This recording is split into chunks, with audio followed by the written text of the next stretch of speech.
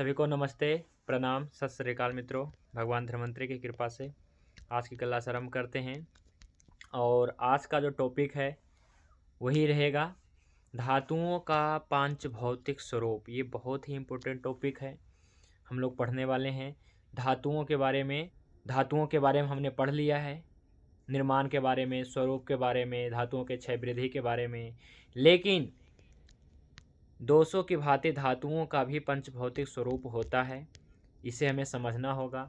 तो सभी धातुओं का, रस धातु का पंचभौतिक स्वरूप, रक्त धातु का पंचभौतिक स्वरूप है ना, मांस धातु का पंचभौतिक स्वरूप, मेद धातु का पंचभौतिक स्वरूप।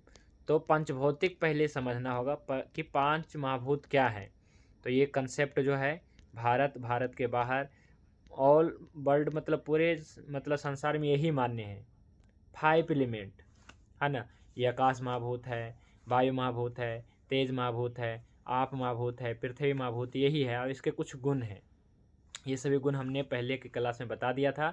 तो हम देख रहे थे रस धातु का पंचभौतिक स्वरूप क्या है, इसे हम कैसे समझें।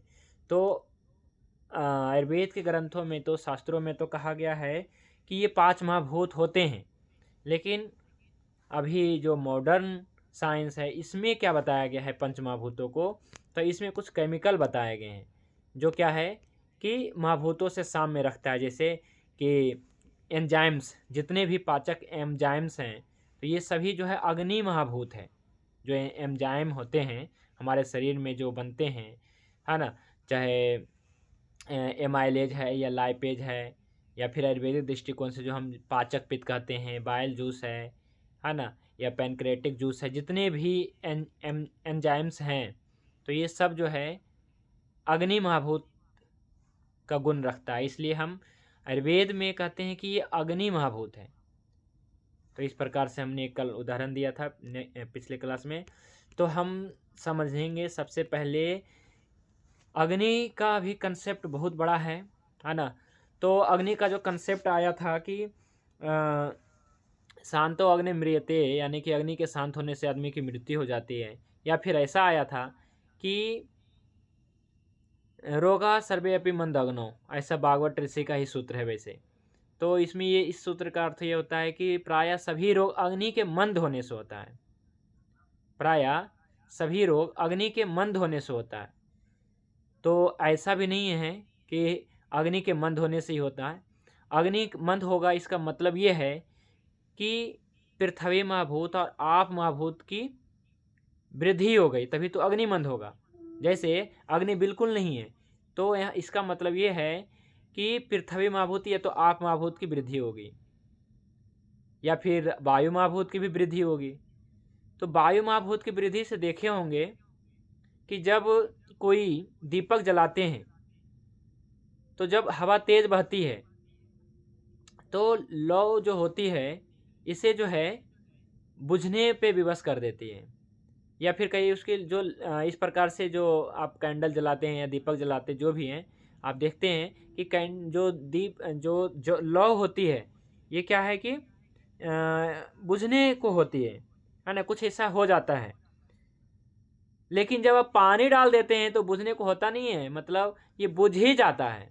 या मिट्टी डाल दीजिए तो बुझ ही जाता है। लेकिन जब वायु आता है तो सबसे पहले क्या होता है, वो लौ जो होता है बिखर जाता है, या फिर कहिए कि एक प्रकार से बुझ सकता है।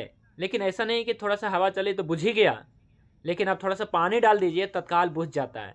तो वायु महाभूत से इसलिए बताया गया है अग्नि विषम हो जाती है, डर जाती है, आप ऐसा समझ लीजिए। तो जिसके शरीर में वायु महाभूत बढ़ा है, यानी कि बात बढ़ा है, तो अग्नि विषम हो जाना, ठीक है, अग्नि विषम हो जाता है। और पानी डाल दिया आपने या मिट्टी डाल दिया तो अग्नि विषम नहीं होता है, प्रतीक्षा नहीं करता है, ये बुझ ही जाता है अग्नि। जैसे इस संसार में होता है, इसी प्रकार से अपने शरीर में जब वायु महाभूत बढ़ जाता है तो अग्नि विषम हो जाता है वायु के मामले में। तो इसलिए कहा गया है कि बात प्रधान व्यक्ति को, जिनकी जन्म प्रकृति बात है, उनकी अग्नि विषम रहेगी। ये क्या है विषम और क्या है मंद, इसके बारे में पूरा कंसेप्ट है। तो अग्नि एक पूरा अध्याय लेंगे, अग्नि पूरा एक अध्याय है, कंसेप्ट है, उसे हम क्लियर करेंगे, जिसमें जठर अग्नि, भूताग्नि, धात्वाग्नि पूरा है, इसे हम बताएंगे। तो अग्नियों का ये है कि अग्नि बुझ जाना, तो ये कैसे बुझेगा, किस महाभूत से बुझेगा, तो आप महाभूत से या पृथ्वी महाभूत से अग्नि बुझ जाती है, पूरा बुझ जाती है, और वायु महाभूत से डगमगा जाती है, विचलित हो जाती है। ये परफेक्ट शब्द है कि वायु जब तेज बहती है तो दीपक या फिर जो भी कैंडल है ये डगमगा विचलित हो जाती है, लेकिन आप महाभूत के और पृथ्वी महाभूत के स्पर्श से या कहिए कि डाल देने से बुझ ही जाता है। अपने शरीर में भी ऐसा है कि अपने शरीर में वायु बढ़ गया तो अग्नि विचलित हो जाएगी, इसको कहते हैं विषम हो जाती है। और जब पृथ्वी महाभूत आप महाभूत बढ़ जाती है अपने शरीर में तो अग्नि मंद ही हो जाता है, या अग्नि मंद हो जाना कहेंगे, या अग्नि मंद हो जाना, या फिर अग्नि बुझ ही जाती है। तो कहा गया है शांतो अग्नि मृत्य कि आदमी की मृत्यु हो जाती है। तो लोगों ने क्या किया, ये वैद्यों ने क्या किया कि तेज अग्नि को तेज करने के लिए शुरू कर दिया। सोठ, काली मिर्च, पिपली, चित्रक, पिपलामूल, चब, चित्रक, सोठ, इस प्रकार से अग्निवर्धक औषधियाँ लेना शुरू कर दिए। तो फिर क्या है कि कंसेप्ट क्लियर नहीं हो पाया। तो अग्नि का अध्याय में हम कंसेप्ट क्लियर करेंगे कि हमें कौन से अग्नि पे काम करना है। तो अग्नि अध्याय में जल्द ही कहेंगे इसके बारे में कि कौन से अग्नि को हमें तेज करना है, किससे हमें मंद करना है। जठर अग्नि को हमें बढ़ाना है ना, या फिर धात्वाग्नि को बढ़ाना है, या जठर अग्नि को मंद करना है। पहले क्या करना है, कंसेप्ट क्या होनी चाहिए, वो किस प्रकार के रोगी में हमें क्या लक्षण आएगा, तो हमें कौन सी अग्नि को मंद करना है, कौन सी अग्नि को बढ़ाना है। तो हमें लगता है कि शायद जो रस धातु का जो पंचभौतिक स्वरूप है, और पिछले क्लास में मृत्युंजय दत्ता जी का जो इतने ज़्यादा सवाल रहे और आप सभी के भी हमें फीडबैक मिले कि हमें समझ में नहीं आया, क्योंकि जो है ये कह लीजिए कि ये फर्स्ट लेवल का नहीं था ये क्लास, है ना, ये सेकेंड लेवल का क्लास था ये, आप ऐसा समझ लीजिए। लेकिन हमने बता दिया कि पंचभौतिक स्वरूप, तो हमने अब 200 को पढ़ाया है, 200 का पंचभौतिक स्वरूप पढ़ाया, तो धातुओं का भी पंचभौतिक स्वरूप बता देनी चाहिए। तो हमने पढ़ाया, लेकिन समझ में कुछ कुछ नहीं आया होगा, या तो दोबारा सुनना चाहिए था वैसे। तो फिर भी आज कंसेप्ट क्लियर करेंगे। तो क्या रह गया था कि किस अग्नि को हमें मंद करना है, किस अग्नि को तेज करना है। अगर हमें लगता है कि अगर ये टॉपिक भी कल ही पिछले क्लास में ही कवर हो जाता तो कंसेप्ट क्लियर हो जाता। चलिए आज हम बताते हैं कि किस अग्नि को हमें मंद करना है, किसे में बढ़ाना है। तो आज हम फिर से रस धातु के बारे में पढ़ेंगे, और इसके बाद जो है रक्त धातु के बारे में पढ़ेंगे। ठीक है, तो हमने रस धातु के बारे में लगभग सभी पढ़ लिया है, और इसका केवल कंसेप्ट पूरा क्लियर कर देना है। तो जैसे कि सभी जानते हैं कि रस धातु जो है, इससे पहले रस अग्नि जो है, इससे पहले जठर अग्नि है, जठर अग्नि है। तो जठर अग्नि सारे अग्नि को तय करेगा, क्योंकि सारी अग्नियों में जो है प्रमुख अग्नि है जठर अग्नि, पाचक अग्नि भी कहते हैं इसे, वो सारी अग्नियों को कंट्रोल करेगा। तो आज संक्षेप में बताएंगे, फिर हम आगे विस्तार से बताएंगे कभी, मतलब इसके बाद जो है पूरा अग्नि चैप्टर ले लेंगे, पूरा अग्नि अध्याय ही ले लेंगे, है ना, जिसमें क्या है 13 अग्नियों के बारे में बता देंगे, है ना। अग्नियों के भी कुछ क्या है कि आप पंचभौतिक स्वरूप हम कुछ बताने की कोशिश करेंगे। वैसे तो अग्नियों के तो है ही, है ना, अग्नि तो अग्नि ही है, लेकिन फिर भी किस लेवल पे, जैसे हम कहते हैं रस अग्नि, रक्त अग्नि, फिर इसी प्रकार से महाभूतों के कौन सी अग्नि है ये तो अभी नहीं बताया है। फिर भी महाभूत के 5 महाभूत होते हैं, तेज, वायु, आकाश, पृथ्वी, जल, जो भी 5 महाभूत है तो इसके भी अग्नियां हैं, है ना। जैसे आकाश महाभूत, है ना, वायु महाभूत, तेज महाभूत, आप महाभूत, पृथ्वी महाभूत। तो इन 5 महाभूतों की भूता अग्नि इसे कहते हैं जी, पंचभूता अग्नि। तभी जो है अपने शरीर में जो जो भी वायु प्रधान औषधियाँ लेते हैं, मान लीजिए कि कोई औषधि है जैसे काली मिर्च है, तो काली मिर्च तेज, वायु, आकाश महाभूत प्रधान है। तो अपने शरीर का जो पंच महाभूत है, इसे पंच महाभूतों की वृद्धि होती है, तेज, वायु, आकाश महाभूत। तो काली मिर्च है, अगर काली मिर्च आपके शरीर में काम ही नहीं किया तो फिर कुछ नहीं काम कर पाएगा। जैसे मान लीजिए कि कोई औषधि है, अश्वगंधा है या फिर शतावरी है, ये पृथ्वी महाभूत प्रधान है, या दूध पृथ्वी महाभूत प्रधान है। ठीक है, तो पृथ्वी महाभूत प्रधान है, या दूध आप महाभूत प्रधान कहेंगे वैसे तो दूध आप महाभूत प्रधान है, लेकिन आप ले रहे हैं दूध, लेकिन आपको दूध फायदा ही नहीं कर रहा है। इसका मतलब क्या है? इसका मतलब है आप अग्नि खराब है, आप मतलब जल महाभूत की अग्नि खराब है। तो इस प्रकार से अग्नियों की भी महाभूत पंचभौतिक स्वरूप जो है, पंच महाभूतों की जो भूताग्नि है, इसके बारे में भी समझना होगा। ठीक है, इसके बारे में बताएंगे। तो हम पूरा एक अग्नि अध्याय हम इसे कहेंगे कि एक अग्नि अध्याय ही है, कुछ दिनों का रहेगा, 6-7 टॉपिक रहेगा। तो इसके बारे में हम बता देंगे जल्द ही, ताकि जो है धातुओं अग्नि, यानी कि हमने धातु पढ़ा तो धातु अग्नि भी पढ़ लें तो सही रहेगा। ऐसा नहीं है कि धातु अभी पढ़ें, धातु अग्नि 5 महीने के बाद, तो कंसेप्ट नहीं समझ में आएगा। तो अभी हम समझते हैं कि जो पिछले क्लास में रस अग्नि था, या फिर कहिए कि रस धातु था, रस धातु का जो पंचभौतिक स्वरूप था, तो क्या रह गया था, कंसेप्ट क्लियर क्या नहीं हुआ था। तो सभी जानते हैं कि जो हम पंचभौतिक आहार लेते हैं, दाल चावल रोटी सब्जी, पंचभौतिक आहार, इसमें से जो बनता है, रस बनता है, ये कौन बनाता है? कौन से अग्नि बनाता है? रस अग्नि, रक्त अग्नि, मांस अग्नि या जठर अग्नि? तो आपका उत्तर होगा जठर अग्नि काम करता है यहाँ पे। यानी कि भोजन को रस बनाने के लिए आपको यहाँ पे रस अग्नि नहीं, बल्कि जठर अग्नि काम करता है। और यदि जठर अग्नि तेज है या जठर अग्नि मंद है, जठर अग्नि की मैं बता रहा हूँ, जठर अग्नि तेज है मंद है, तो तेज होने से क्या होगा? रस धातु कच्छ है। मंद होने से क्या होगा? मंद होने से हो जाएगा रस धातु की क्या हो जाएगी? विकृत वृद्धि हो जाएगी। यानी कि जो सही है उसकी तो कमी हो जाएगी ना, वृद्धि तो हुई, लेकिन जो सच में होनी चाहिए रस धातु, उसकी तो कमी हो गई।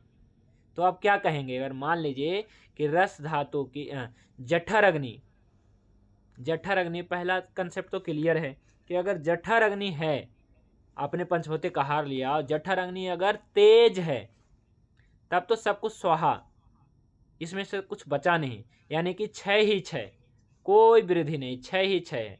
लेकिन जठर अग्नि मंद है, तब 2 कंडीशन।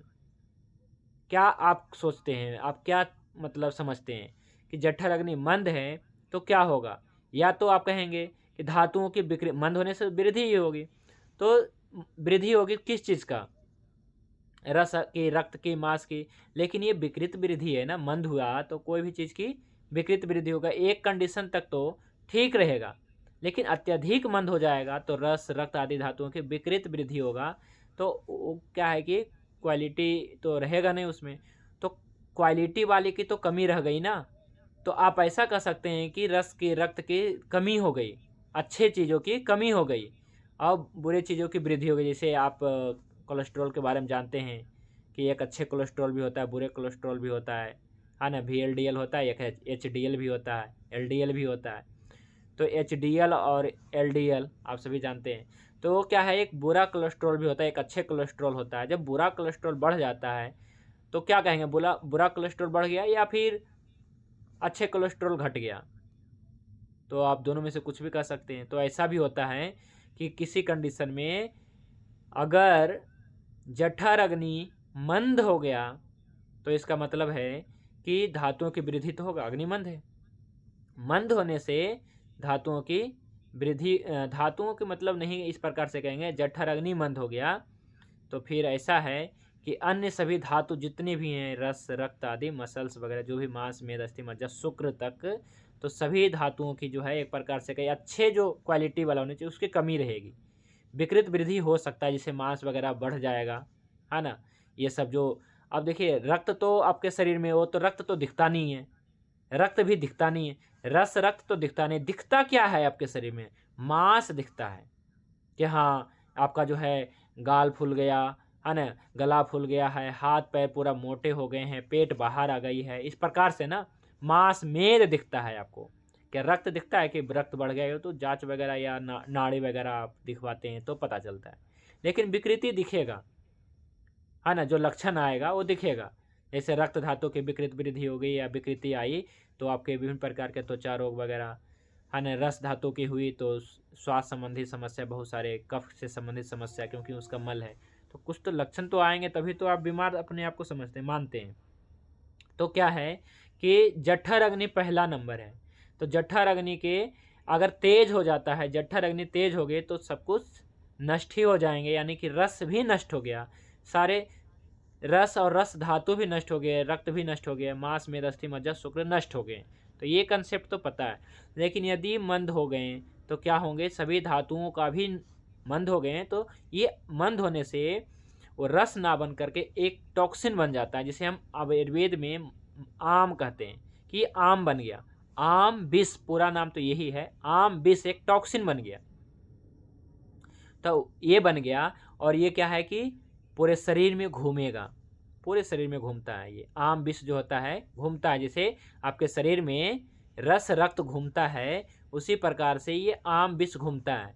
और ये आपके हार्ट में जाएगा, लीवर में जाएगा, जैसे सभी जगह रस रक्त जाता है, तो ये आम विष भी हर एक अंग में जाता है, हार्ट में, लीवर में, किडनी में, जॉइंट्स में, दिमाग में, सभी अंग में, सभी बॉडी ऑर्गन्स में जाते हैं। और इसके बाद उस ऑर्गन्स की जो है बीमारी करते हैं।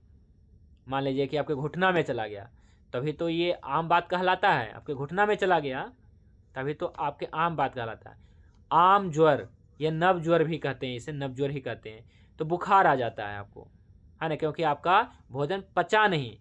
आपने कई बार अनुभव किया होगा कि आपने कोई पार्टी में या वैसे भी आपने ज़्यादा खा लिया, वो पचा नहीं, तो फिर आपको क्या हो गए, ज्वर हो गए, या लूज मोशन भी हो सकता है। ये आम उस समय पचा नहीं, तो अग्नि मंद हो गई, या ऐसा कहें अग्नि मंद हो गई, क्योंकि आपने गुरु स्निग्ध भारी भोजन कर लिया, तो आपका भोजन पचा नहीं, और इस प्रकार से आम बन गया, एक टॉक्सिन बन गया, जो क्या है कि अब इसे निकालना ही पड़ेगा या इसे पचाना पड़ेगा, है ना।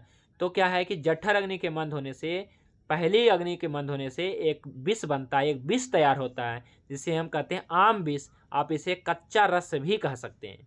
इसके बारे में सरंगधर ऋषि ने कहा है, ये टॉपिक एक बना करके हम समझाएंगे इसे। तो इसे आम विष या कच्चा रस कहा गया है, पका नहीं है। यही पूरे शरीर में घूमता भी है। इस कारण से भी कई बार क्या स्वेलिंग जो होता है, इन्फ्लेमेशन होता है, इस कारण से भी आते हैं, क्योंकि ये आम रस है, यानी एक प्रकार से फ्लूइड ही होता है, कच्चा रस ही होता है, ये पूरे शरीर में घूमता है। तो क्या है कि अगर जठर अग्नि मंद है, तो आप ये बताइए, जठर अग्नि मंद है तो आम विष बन रहा है, इस कारण से इन्फ्लेमेशन हो रहा है, इस कारण से सूजन हो रहा है, जठर अग्नि मंद है। लेकिन क्या है कि अग्नि मंद होने से, अग्नि मंद है वहाँ पे, और तो क्या हो रहा है कि आपका रस रक्त अच्छा रहेगा नहीं रहेगा, मांस भी अच्छा नहीं रहेगा, मेद भी अच्छा नहीं रहेगा, कोई भी चीज़ अच्छा नहीं रहेंगे, तो रक्त की भी क्वांटिटी जो है घटा मिलेगा, या फिर विकृत वृद्धि भी मिलेगा, है ना, कि बराबर है, या फिर घटा भी मिल सकता है। तो लेकिन धातुओं की अग्नि क्या होगी, धातुओं की अग्नि भी अगर अग्नि विषम ही रहेगी, मंद ही रहेगी, क्योंकि पहले ही अग्नि मंद है, जठर अग्नि मंद है, तो सभी अग्नि मंद ही रहता है ना। फिर भी जो है रस रक्त की स्थिति क्या रहेगी, तो रक्त का जो है, अच्छे रक्त की जो है, जो उच्च क्वालिटी का रक्त होनी चाहिए, उसकी बिल्कुल कमी रहेगी, क्योंकि अच्छा बना नहीं है ना। तो हमें जो है क्या हर बार कंडीशन में क्या अग्नि मंद तेज करें, तो ज़्यादातर क्या बताया गया है कि हाँ तेज ही करो, अग्नि को बना करके ही रखो। लेकिन कभी भी जो है ये जठर अग्नि के विशेष रूप से बात किया गया है। लेकिन धातुओं की बात करें तो धातुओं की अग्नि को मंद करो तो फायदा है, नहीं तो धातु का क्षय हो जाता है ना, धातु का क्षय हो जाता है। अगर अग्नि तेज है तो धातु का क्षय हो जाता है। तो जठर अग्नि के लिए कहा गया है विशेष रूप से रोगा सर्वे अपि अग्नि मंदो। तो इस संदर्भ में हम आगे जो अग्नि के ऊपर जो हम टॉपिक बनाए हैं, इसमें हम स्पष्ट करेंगे, है ना, कि किस अग्नि की विशेष रूप से बात की गई है, रक्षा करने की बात की गई है, तो जठर अग्नि की बात की गई है कि उसे तो तेज करके रखो ही रखो, ताकि जो है आपका सबसे ज़्यादा अग्नि जो है खपत जो है वहीं पे होता है रस बनाने के लिए। बाकी सभी धातुआ अग्नि काम करती है। ये सबसे पाचक अग्नि का ही अंश धातुओं में है, मुख्य रूप से तो यही है ना। लेकिन कई बार धातुओं की भी अग्नि मंद हो जाती है या वृद्धि हो जाती है, ज़्यादातर कंडीशन में क्या हो जाता है बहुत सारे पेशेंट में कि मंद ही तेज ही हो जाती है, धातु की अग्नि तेज हो जाती है ना, धातु की अग्नि तेज हो जाती है कई कंडीशन में। तो हम कई ऐसा भी मेडिसिन है जो क्या है कि जठर अग्नि को तो तेज करता है लेकिन धातु अग्नि को मंद करता है। ऐसे बहुत सारे हैं औषधि कल्प जो हम बताएंगे, धातु को अग्नि को मंद कर रहा है लेकिन धातु की अग्नि को मंद कर रहा है लेकिन जठर अग्नि को नहीं मंद करेगा। ऐसे भी औषधियाँ हैं, है ना। और कुछ ऐसी भी औषधियाँ हैं जी जो जठर अग्नि को भी मंद करेगा और सारी धातु अग्नि को भी मंद करता है ना। या फिर कुछ ऐसी औषधियाँ हैं जो जठर अग्नि को कुछ नहीं करता है, केवल धातु अग्नि को जो है तेज करेगा, है ना। जैसे मैं आपको बताया ही है, ये तो पढ़ा ही दिए, रस रक्त मांस मेद अस्थि मज्जा पाचक क्या है, केवल धातु अग्नि को बढ़ाएगा, जठर अग्नि को छुएगा नहीं, जठर अग्नि को प्रदीप्त नहीं करेगा। ये किसको करेगा? धातुओं का करेगा। तो इस कंडीशन में तो मैंने बता दिया है आपको कि धातुओं की अग्नि केवल बढ़ाएगा कौन? रस रक्त मांस मेद अस्थि मज्जा पाचक, लेकिन जठर अग्नि को नहीं छुएगा, ये जठर अग्नि को नहीं बढ़ाएगा। जठर अग्नि के लिए अलग से पढ़ेंगे, है ना। और कुछ ऐसे भी औषधियाँ हैं जो केवल रस रक्त मांस मेद अस्थि मज्जा शुक्र धातु की अग्नि को मंद करेगा, जठर अग्नि की नहीं करेगा। तो ऐसी भी तो होती होगी, तो इसके बारे में बताएंगे। तो जठर अग्नि को भी मंद करना है तो इसके लिए स्पेशल लेना है। जैसे जठर अग्नि को तेज करने के लिए हम अलग से लेते हैं। तो अग्नि पूरा एक अध्याय है, इसके बारे में हम कहेंगे, तभी ये टॉपिक भी पूरा समझ में आएगा, है ना। तो फिर भी हमने रस धातु से हम क्या समझें, है ना, तभी हम रक्त के बारे में आगे बढ़ें, है ना। थोड़ा टॉपिक अगर कुछ रह जाएगा समझने को तो हम अग्नि अध्याय में, यानी कि अगले अध्याय जो अगले टॉपिक बनाने वाले हैं अग्नि ही बनाते हैं। इसके बाद हम रसों के बारे में पढ़ेंगे, ठीक है, ताकि ये कम से कम धातु टॉपिक पढ़ के धातवा अग्नि, भूता अग्नि, जठर अग्नि, इतना अग्नि का कंसेप्ट भी क्लियर होनी चाहिए। तो रस धातु के बारे में हमने यही पढ़ा था कि रस धातु का दो प्रमुख चीज़ आप समझ लीजिए कि अग्नि महाभूत तो है ही, साथ में पृथ्वी आप महाभूत और तेज महाभूत प्रधान है ना। तो जो रस धातु है अग्नि और तेज का कॉम्बिनेशन है तो पंच महाभूत, लेकिन अग्नि और तेज महाभूत रस धातु में है। तो सबसे ज़्यादा क्या है? तो आप महाभूत प्रधान है और इसके साथ में अग्नि महाभूत प्रधान है। आप और अग्नि महाभूत प्रधान, अग्नि का अंश तो सभी धातुओं में है। तो इसमें हमने कुछ बताया था कि आप महाभूत में जैसे स्नेह, जितने भी लिपिड्स हैं, कोलेस्ट्रॉल है, ये सब आप महाभूत, है ना। पृथ्वी महाभूत में प्रोटीन, अग्नि महाभूत में आपका एंजाइम, जितने भी एंजाइम्स हैं ये सभी अग्नि महाभूत। या फिर धातु मेटल्स जितने भी है, sulphur, iodine, copper, iron, sodium, potassium, magnesium, ये सब अग्नि महाभूत। और वायु महाभूत मतलब ऑक्सीजन, कार्बन डाइऑक्साइड, जो भी अपने रस रक्त में घुला रहता है वो सभी हैं। तो इस प्रकार से पंचभौतिक आपका धातु होता है। तो क्या है कि जब रस धातु का आप महाभूत बढ़ जाता है तो रस धातु का आप महाभूत बढ़ने से रस धातु की अग्नि मंद हो जाता है। इस कारण से सभी धातुओं की अग्नि मंद हो जाता है और वृद्धि हो जाती है। रस के, रक्त के, मांस के, सभी धातुओं की वृद्धि होगी। विकृत वृद्धि मतलब विकृत वृद्धि होती है, एक बैलेंस होनी चाहिए। और अग्नि महाभूत बढ़ जाने से, यानी कि ये सब एंजाइम्स बढ़ जाने से आपकी रस धातु का क्षय हो जाएगा, है ना। तो आगे सभी धातुओं का क्षय हो जाता है, ठीक है। तो इस प्रकार से जो है रस धातु का ये पंचभौतिक स्वरूप में ये कुछ बताया गया है। इसमें आकाश महाभूत भी, खाली स्थान जो है आकाश महाभूत है, इसका बारे में मॉडर्न में कुछ नहीं कहा गया, इसलिए यहाँ पे कुछ नहीं है, ठीक है। अब जो है अग्नि के बारे में तो कहेंगे ही, है ना, तभी समझ में और भी चीज़ें आ पाएगा, है ना, क्लियर भी होगा, ऐसी बात नहीं है। लेकिन अब जो है टॉपिक को आगे बढ़ाते हैं, रक्त धातु पढ़ते हैं। और रक्त धातु में कुछ विशेष है जो नहीं समझ पाए थे, ये समझ पाएंगे। तो चलिए आज हम रक्त धातु पढ़ते हैं, है ना, क्योंकि रक्त धातु का जो बारे में शास्त्रों में साफ साफ लिखा गया है कि क्या है ना। तो सबसे पहले पढ़िए कोई भी साथी, रक्त धातु का पंचभौतिक स्वरूप। शरीर के उपादान दोष, शरीर के उपादान दोष धातु मल सभी पंचभौतिक होते हैं। रक्त की पंचभौतिकता का स्पष्ट उल्लेख सुश्रुत ने किया है। इसके अनुसार रक्त का की संगति होना, पृथ्वी महाभूत, द्रवत्व गुण, जल महाभूत, राग लालिमा अग्नि महाभूत, तपकंद वायु महाभूत तथा लघुता आकाश महाभूत के कारण होता है। यद्यपि रक्त में पांचों महाभूतों के सम्मिलित गुणों का स्पष्टीकरण सुश्रुत ने दिया है, तथापि रक्त में अग्नि महाभूत की प्रधानता को ही स्वीकार किया है। ठीक है जी। देखिए, सबसे पहला इम्पोर्टेंट लाइन पढ़िए, जो पढ़ा है आपने, यही है और इसी को समझना है। मैंने पहले ही दिन के क्लास में 1 अगस्त को जो क्लास शुरू किए थे, एक ही सूत्र हमने कहा था और हमें लगता है ये सभी को याद रखनी चाहिए। दोष धातु मल मूलम ही शरीरम, कि शरीर का जो आधार है, बेस है, ये दोष धातु मल है जी। और ये सभी मल, दोष और धातु, तो दोष के बारे में तो हमने पढ़ ही लिया है जी। कितने सारे दोष के बारे में पढ़ा है। दोषों तो अनंत है वैसे, लेकिन दोषों के 61 भेद हमने पढ़ा है। या फिर बात पित्त कफ आप जो जानते हैं, इसके गुण हमने पढ़ा है। तो दोष का पंचभौतिक स्वरूप हमने पढ़ाया है आपको कि उदान वायु का पंचभौतिक क्या है जी, वायु और अग्नि महाभूत है। समान वायु का क्या है जी, वायु और वायु है।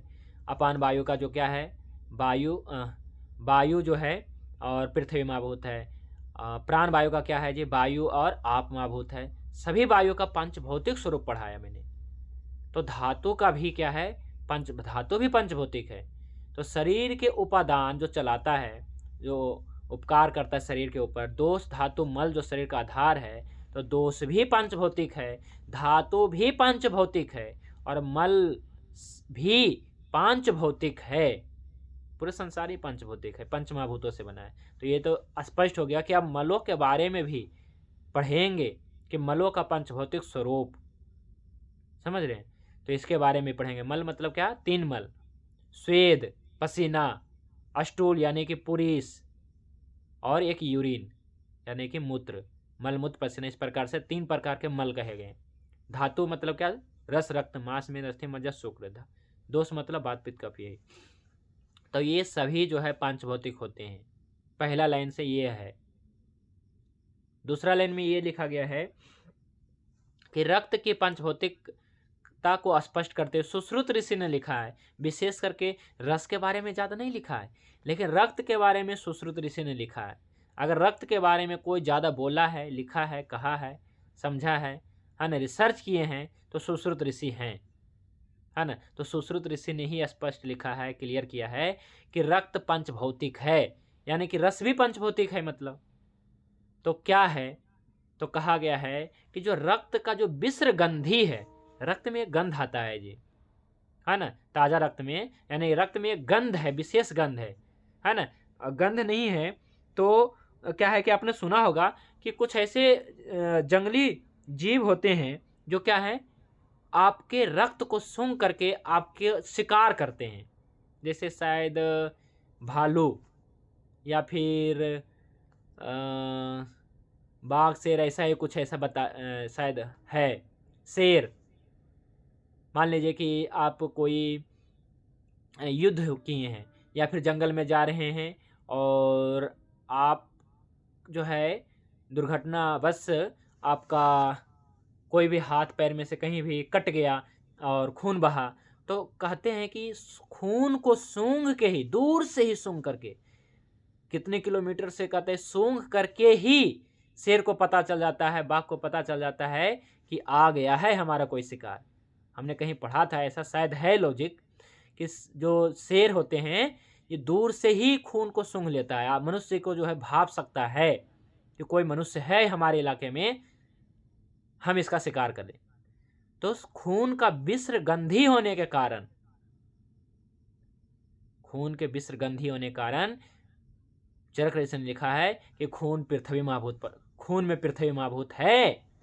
क्योंकि गंध किसका गुण है जी, पहले ही क्लियर कर दिए थे। गंध किसका गुण है, देखिए गंध किसका गुण है जी, तेज, वायु, आकाश, पृथ्वी या जल, किसका है, तो गंध का है जी। देखिए, है ना। तो पृथ्वी में 5 गुण है, रूप रस शब्द स्पर्श गंध। तो इसलिए चरक ऋषि ने लिखा है, सुश्रुत ऋषि ने लिखा है कि रक्त का विश्र गंधी होना, गंध होना, यानी कि जो विशेष गंध है, विसर्गंधी होना पृथ्वी महाभूत है। तो चरक ऋषि सिद्ध कर रहे हैं कि देखो रक्त विसर्गंधी है, तो रक्त जो है ये पृथ्वी महाभूत तो है रक्त में, तभी तो रक्त वगैरह जाम हो जाता है ना। पृथ्वी महाभूत ही तो बढ़ जाता है रक्त में, यानी कि पृथ्वी महाभूत है, साबित भी किए हैं। फिर कहें द्रवता, द्रवत्व गुण जल महाभूत है। रक्त क्या है जी?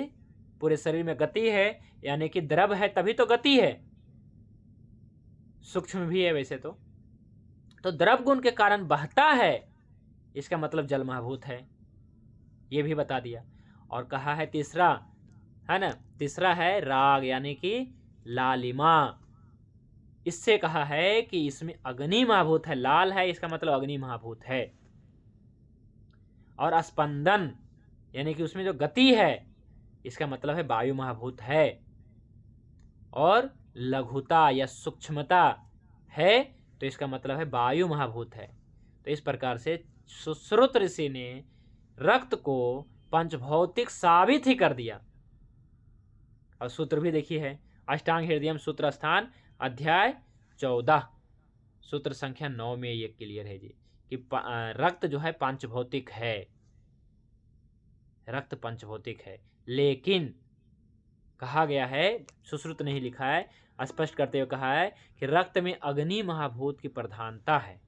जैसे रस में आप महाभूत की प्रधानता है, अग्नि तो है, आप महाभूत की प्रधानता है, लेकिन रक्त में अग्नि महाभूत की प्रधानता है। तो रक्त की जब आप महाभूत की वृद्धि हो जाएगी, आप महाभूत की वृद्धि हो जाएगी, रक्त धातु की आप महाभूत की वृद्धि हो जाएगी, तो रक्त धातु का अग्निमंद होने से सभी धातु की अग्निमंद हो जाएगी।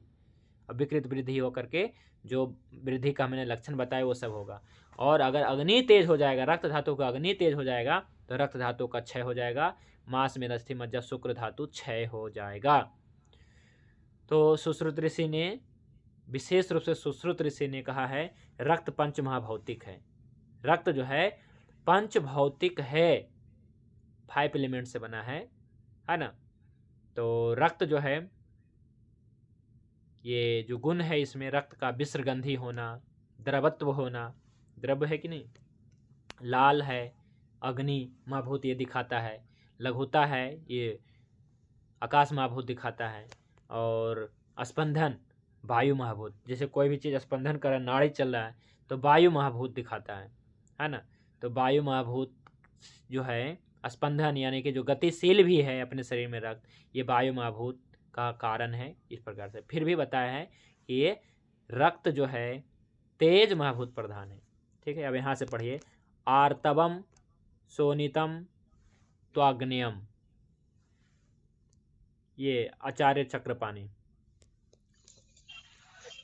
आचार्य चक्रपाणी ने रक्त तेजो जलात्मक कहकर रक्त में अग्नि एवं जल महाभूत की प्रधानता बताई है।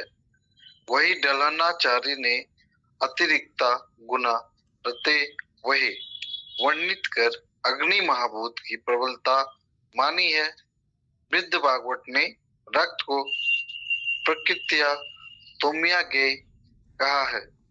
मतलब भागवत ऋषि ने कहा है सोम अग्नि, अग्नि तो है, और डलहनाचार्य ने भी कहा है कि अग्नि महाभूत है, प्रबल है अग्नि महाभूत, और चक्रपाणी ऋषि ने भी यही कहा है कि अग्नि महाभूत तो है। सबने अग्नि कहा है, अग्नि को स्वीकार सबने किया है। तो इससे तो स्पष्ट है कि अग्नि महाभूत विशेष रूप से है, लेकिन जल महाभूत तो रहेगा ही रहेगा। तो अग्नि के बाद कुछ है तो जल महाभूत है ना। तो इस प्रकार से अग्नि और जल महाभूत प्रधान क्या है कि ये है। और आप सभी जानते हैं कि अग्नि जो रक्त है, तो रक्त को अग्नि महाभूत क्यों कहा है?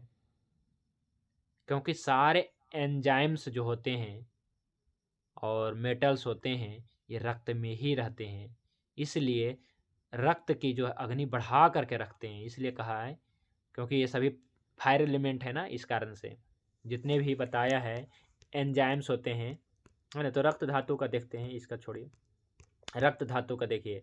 तो रक्त धातु का मैंने आपको बताया था कि जितने भी मेटल हैं तो सभी क्या होते हैं जी, फायर एलिमेंट है। तो रक्त धातु में क्या क्या हैं, जो पंचभौतिक पार्थिव, जैसे पृथ्वी महाभूत क्या, तो हीमोग्लोबिन, हीमोग्लोबिन, है ना, क्योंकि इसमें प्रोटीन है ना हीमोग्लोबिन में, तो प्रोटीन के जितने भी अंश है, जैसे सीरम प्रोटीन हो, चाहे हीमोग्लोबिन हो, चाहे ग्लोब्यूलिन हो, चाहे कैल्शियम हो, है ना। कैल्शियम भी एक विशेष रूप से अस्थि धातु में जो काम आता है, तो ये पार्थिव ही होता है, अग्नि तो सब में रहता है।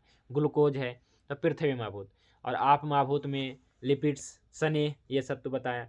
और अग्नि माभूत क्या, तो जितने भी एंजाइम्स हैं, sulphur, iodine, chloride, magnesium, potassium, है ना, फास्फेटेज, एमाइलेज, लाइपेज, इंसुलिन आदि, तो ये सब है अग्नि माभूत। और ये सब जो रहता है रक्त में रह करके रक्त धातु की रक्त अग्नि को बढ़ा करके रखता है, क्योंकि सबसे ज़्यादा एंजाइम्स कहाँ रहता है, मांस में रहेगा या रक्त में रहता है या हड्डी में रहेगा। तो ये सारे एंजाइम्स जो होते हैं या फिर मेटल होते हैं, ये सभी धातु जो हैं ये सभी रक्त धातु में रहते हैं। इस कारण से रक्त की अग्नि का बढ़ने का कारण यही है, रक्त जो है अग्नि प्रधान होने का कारण यही है कि इसमें सभी अग्नि तत्व रहते हैं, है ना, फायर एलिमेंट के तत्व हैं।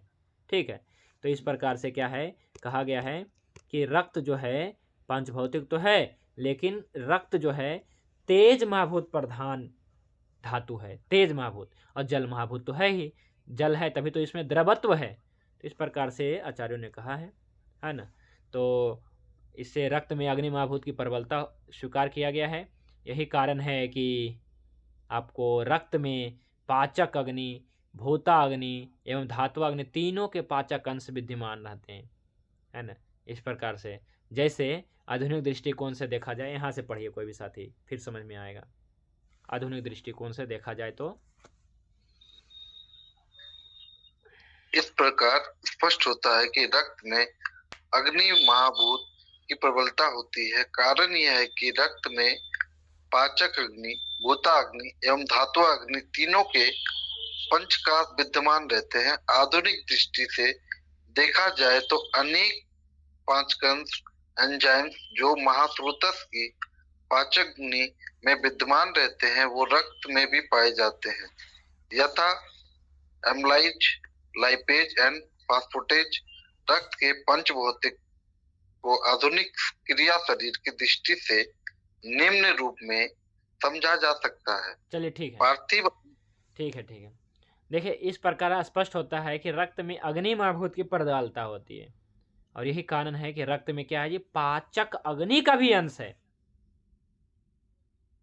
और भूताग्नि तो है ही, धात्वाग्नि तो है ही। तो तीनों अग्नियों के अंश, है ना, धात्वाग्नि तीनों के पाचक अंश विद्यमान रहते हैं रक्त में, इसलिए रक्त तेज महाभूत प्रधान बन गया। तो आधुनिक दृष्टिकोण से देखा जाए तो पाचक अंश मतलब एंजाइम्स कहाँ रहता है, आपके मसल्स में रहता है, आपके बोन या बोन मैरो में रहता है, या फिर शुक्र धातु में रहता है, या मेद में रहता है, मांस में रहता है। तो आपका उत्तर होगा नहीं, रक्त में रहता है ना।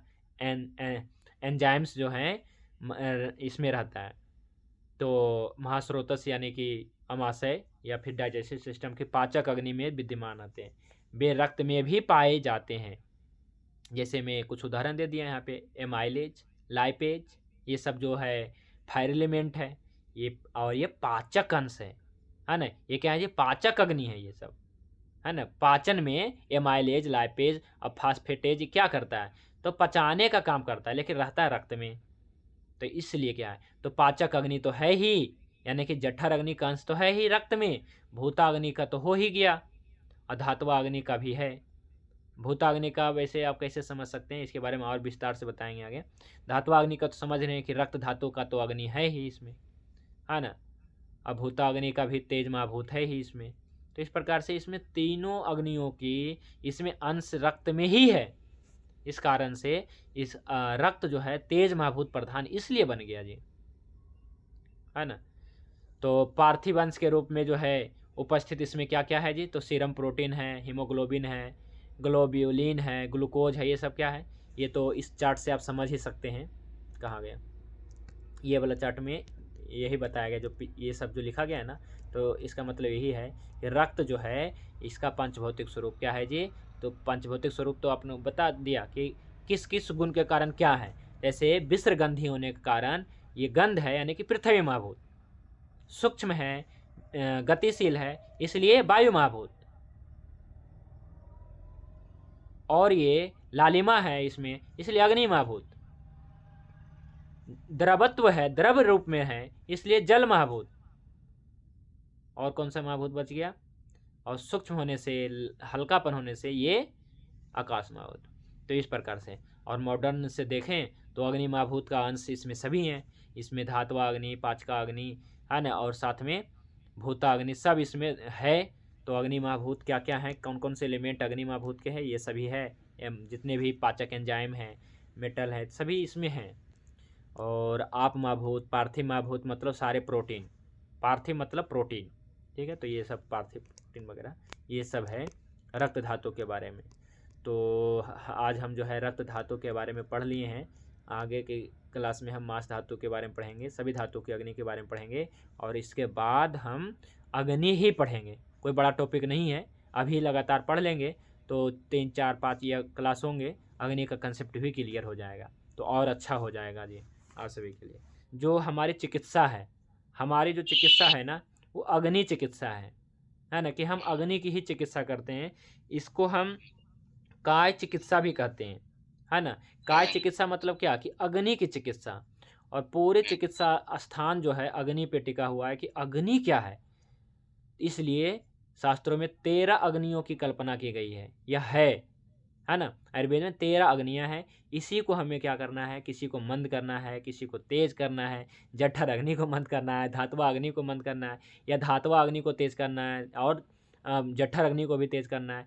किसको मंद करना है, किसको बढ़ाना है, तो अलग अलग रोग में करना होता है। तो बताएंगे, जैसे मान लीजिए कि कोई रोगी है, दुबला पतला है ना, दुबला पतला है, यानी कि मांस धातु का क्षय है, तो इसका मतलब निश्चित है कि मांस अग्नि तेज है, लेकिन भूख नहीं लग रहा है इसे, इसका मतलब जठर अग्नि मंद है। तो आप क्या करेंगे, आप धातुओं की अग्नि बढ़ाएंगे, जठर अग्नि को बढ़ाएंगे। तो आप केवल जठर अग्नि बढ़ाने के लिए काम करेंगे, और धातुवा अग्नि को मंद करने का काम करेंगे। धातुओं की अग्नि को मंद करेंगे, जठर अग्नि को बढ़ाएंगे, है ना। तो ऐसा भी रहेगा, लेकिन ये ज़्यादा दिन तक नहीं चलेगा ऐसा ट्रीटमेंट। एक समय ऐसा आएगा कि अपने आप नॉर्मल हो जाएगा, थोड़ा सा ही। मुख्य रूप से धातु अग्नि को, सभी अग्नियाँ बराबर है ना, सभी अग्नियाँ बराबर है। लेकिन ऐसा होता है कि जो जठर अग्नि होता है, जठर अग्नि को अगर आपने बढ़ाया, कोशिश किया, है ना, कुछ ऐसी औषधियाँ हैं जो क्या है कि जठर अग्नि को बढ़ाए तो सारे धातु अग्नि को बढ़ा देता है, लेकिन कुछ ऐसे औषधियाँ भी है, कल्प हैं, जो केवल जठर अग्नि को ही बढ़ा करके रखता है, धातु अग्नि को नहीं बढ़ाता है। तो ऐसे औषधियों को ज़्यादा विशेष रूप से करनी चाहिए ट्रीटमेंट। तो ये कौन कौन सी हैं, तो सभी इसी अध्याय में कहेंगे, तो अग्नि वाला कंसेप्ट क्लियर हो जाएगा। गुरुजी एक प्रश्न है। क्या प्रश्न है? ये जो आपने बताया ना शुरू में अग्नि के बारे में, एक क्षय होना और वृद्धि होना, इसका तो बहुत बाद में पता चलता है, लेकिन जो शुरुआत है ना, शुरुआत में इसको कैसे पता चलेगा? कैसे पता चलेगा? शुरू में ही मतलब देखिए, शुरू में तभी पता चल पाएगा, शुरू में तभी पता चल जाएगा जब आप सभी लोग अच्छे से पढ़ेंगे, और थोड़ा क्या है कि नाड़ी विद्या भी सीखेंगे, और फिर इसके बाद जो है कुछ प्रैक्टिकल करेंगे अपने लोगों पे, तभी ना पता चलेगा। अब देखिए, शुरू में तो कुछ भी नहीं पता चलता है, ये जब क्या बिगड़ जाता है तभी तो लक्षण पता चलेगा, है ना। तो क्या है कि यह कैसे कह सकते हैं कि शुरू में कैसे पकड़े, तो इसके लिए तो क्या है कि कुछ विशेष विद्या प्राप्त करनी पड़ेंगी, नाड़ी विद्या प्राप्त कर सकते हैं। फिर इसके बाद जो है अपना बहुत लोगों को देखते रहें, है ना, नाड़ी देखें, या वैसे भी केस टेकिंग करते हैं, तभी ना पता, अनुभव जो होगा। अभी तो आप आए ही हैं इस फील्ड में, तो कैसे पता चलेगा? तो शुरू में नहीं पता चलता है, ये बात है, लेकिन क्या है कि पता चलेगा जब आप ऐसे कोई विशेष चीज़ें मतलब सीख लेते हैं, नाड़ी विद्या, या फिर क्या है कि केस टेकिंग वगैरह चलेगा आपका, तो फिर पता चलेगा कि हाँ, इसका शुरू हो गया है रक्त धातु का, मांस धातु का क्षय होना, वृद्धि होना। और क्या था? अच्छा, एक सवाल मेरा और है इसमें, जो कि थोड़ा सा मैं समझ पा रहा हूँ। अगर किसी को कफ ज्यादा बन रहा है तो रस धातु की विकृति है, और अगर किसी को कफ कम बन रहा है तो रस धातु की क्षय है। हम ऐसा इसको समझ सकते हैं। तो मल है ना, रस धातु का मल है ना कफ, तो कफ ज़्यादा बन रहा है ना। ये विकृति बहुत ज़्यादा, मैंने कुछ ऐसा है तो मंद है अग्नि, तभी ना। अगर अग्नि तेज रहती तो कफ बनेगा नहीं बनेगा, अग्नि सुखा देता ना कफ को। क्षय को हम लोग विकृति ये मान लेते हैं, अग्नि तेज है। अग्नि ठीक है, मतलब तेज है ये कहिए, ठीक है। अगर क्या है कि बैलेंस में तो होना चाहिए ना। और इन बैलेंस ये क्षय वृद्धि कैसे समझते हैं, किससे हम तोलेंगे? तो भाई कोई लक्षण ऐसा हमें दे रहा है ना। जैसे क्या, कितना भी आप खा रहे हैं लेकिन आप तृप्त नहीं हो रहे हैं, कितना भी खा रहे हैं लेकिन आप तृप्त नहीं हो रहे हैं, आपकी मन संतुष्ट नहीं हो रहा है, आपका पेट नहीं भर रहा है, कितना भी खा रहे हैं। इसका मतलब क्या है? इसका मतलब है रस धातु का क्षय हो गया है। कोई लक्षण है तब ना। लेकिन आप तृप्त हो पा रहे हैं, इसका मतलब क्या है? आप समझ रहे हैं कि हाँ। लेकिन अब अग्नि, मतलब अग्नि ठीक है, लेकिन ऐसा अग्नि मंद हो जाए कि बहुत ज़्यादा बलगम वगैरह निकले, इसका मतलब क्या है? रस अग्नि विकृत है। इसका मतलब ही ना रस, तो कोई लक्षण दे रहा है कि अग्नि तेज है तो आपको तृप्ति ही नहीं हो रही है, मन ही नहीं भर रहा है, पेट ही नहीं भर रहा है, कितना भी खाएं पिए पेट ही नहीं भर रहा है या मन ही नहीं भर रहा है, तृप्ति नहीं हो रही है। इसका मतलब रस धातु का क्षय।